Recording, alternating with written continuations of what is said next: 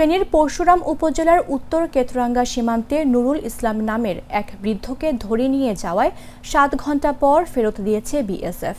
সোমবার বিকেল 4:30টার দিকে দ্বিপাক্ষিক পতাকা বৈঠকের মাধ্যমে তাকে ফেরত দেওয়া হয়। এ সময় বিজিবি ও বিএসএফের কোম্পানি কমান্ডার উপস্থিত ছিলেন।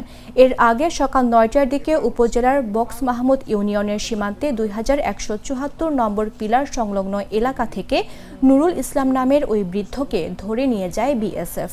বিজিবি ও স্থানীয় সূত্র জানায়, নুরুল ইসলাম সীমান্ত এলাকায় গেলে বাংলাদেশের অভ্যন্তরে ঢুকে তাকে ধরে নিয়ে যায় বিএসএফ। প্রাথমিকভাবে জানা গেছে, ওই ব্যক্তির 2 হাতে প্রতিবন্ধকতা রয়েছে। তিনি গ্রামে থেকে শাকসবজি কিনে বাজারে নিয়ে বিক্রি করেন।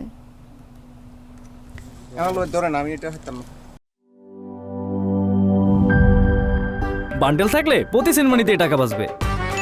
বিকাশ সেনমানি বান্ডেল কিনে জিতুন প্রতি লেনদেনে।